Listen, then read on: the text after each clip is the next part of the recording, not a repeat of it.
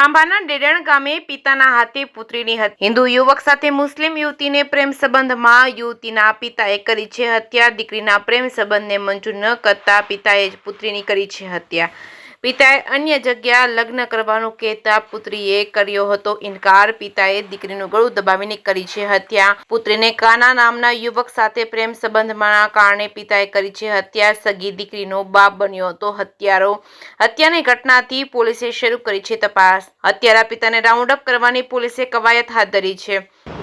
Khambha police સ્ટેશનમાં ભારતીય ન્યાય સંહિતાની કલમ 103(1) મુજબ મર્ડરનો ગુનો બનેલો છે, જેનામાં મરણ જનારનું નામ ઈશિકાબેન છે, જેમની ઉંમર 23 વર્ષ છે, અને આરોપી છે તેમના સગા ફાધર મજીદભાઈ ગુલાબભાઈ ખોખર છે. આ ગુનાની ટૂંક વિગત એવી છે કે આ કામના મરણ જનાર જે છે ઈશિકાબેન, એમને કોઈ બીજા વ્યક્તિ જોડે પ્રેમ સંબંધ હતો અને એના ફાધર છે એના મેરેજ ક્યાંક બીજી જગ્યાએ કરવા માંગતા હતા, અને એ વસ્તુનું જેનાથી એના ફાધરને એવું હતું કે આના લીધે સમાજમાં તેમની આબરૂ જશે, એના લીધે તેમણે જે તેમની દીકરી છે ઈશિકાબેન તેનું ગળું દબાવી અને તેમનું મૃત્યુ કરેલું છે. જે આરોપી છે એમને ગઈકાલે 19:0 વાગે ધોરણસર એમની અટક કરવામાં આવેલી છે.